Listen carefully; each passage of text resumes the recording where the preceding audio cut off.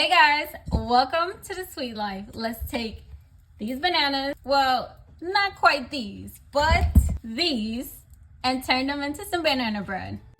Let's start with preheating our oven to 350 degrees. Here are the tools and ingredients needed for this recipe. Full measurements are on our website. In a mixing bowl, mash your bananas. The riper, the better.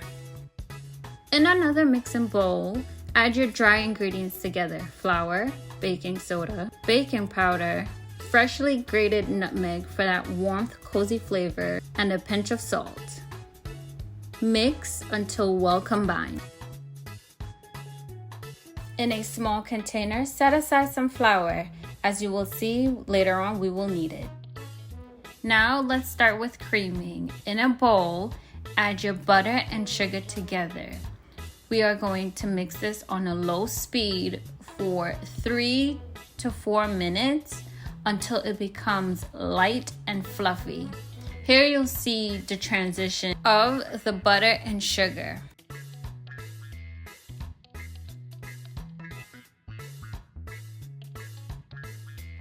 If you're using a hand mixer, as I am, you want to make sure that you're going in one direction. This ensures that air is incorporated into the batter as much as possible. We want to get it light, fluffy, and moist.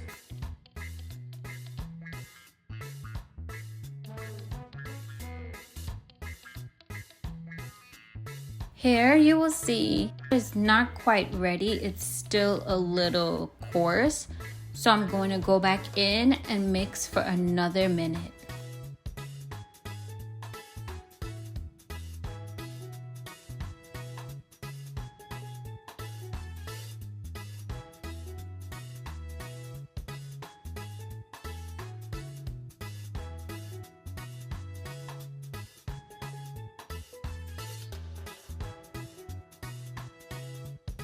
Here you can see just how much more lighter and fluffier that it looks, and you want it to get to look like this.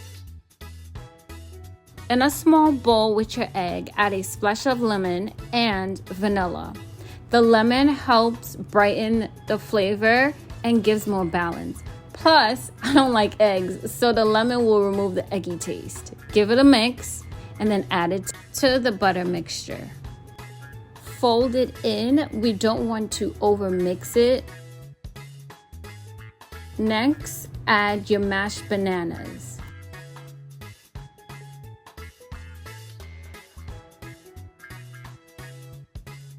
Once bananas are added, we're going to use a fold-in method versus a mixing method. We do not want to over mix the batter.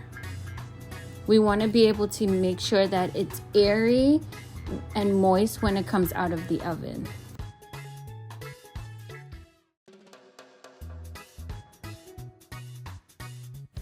Next, we are going to add our dry ingredients that we set aside. We are going to use a fold-in method versus a mix-in method. We want to incorporate the flour into the batter without overworking the batter.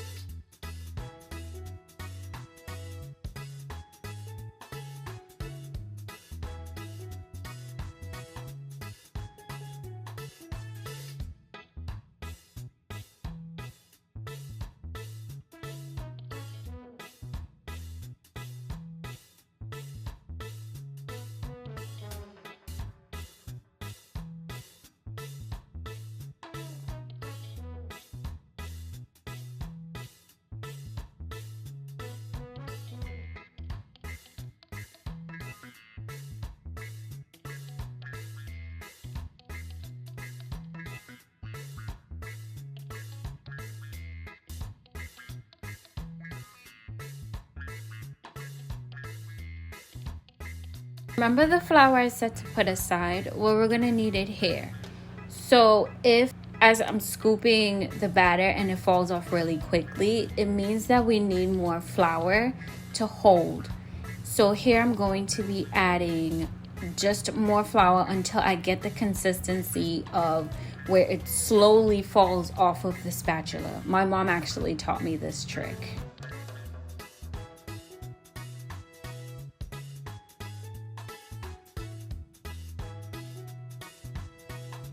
We're going to keep using the folding method again to incorporate the flour, any flour that we add. We're going to keep using the folding method. As you can see, it's still dropping a bit loosely, so I'm gonna add some more flour here.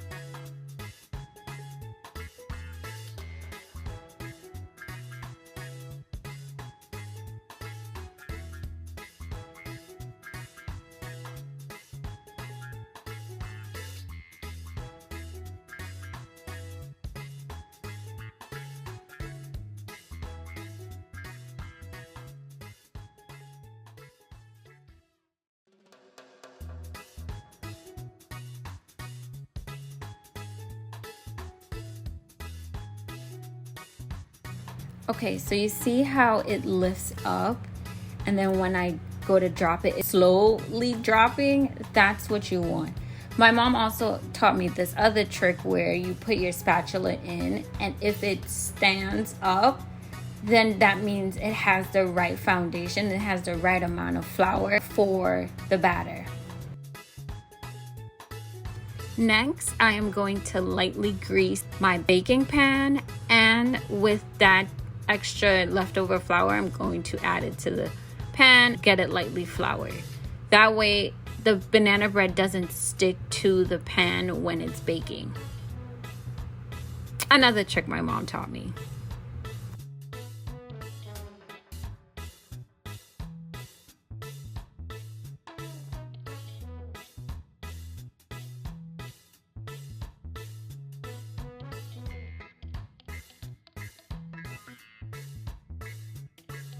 Now we're gonna add our batter to the lightly floured baking pan and get it ready to go into the oven.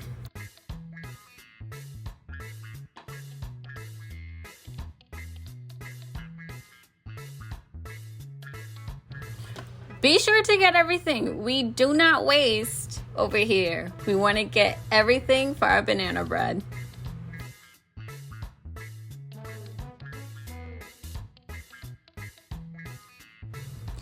Give it a light wobble just to even out. Into the oven for 45 to 50 minutes until it's ready. To check for readiness, insert a toothpick or a fork to see if any batter comes out. If any does, it's not ready, back in the oven. And if it comes out clean, you are all good. And just like that, banana bread, soft and delicious. You can find the full recipe on my website. Thanks for baking with me.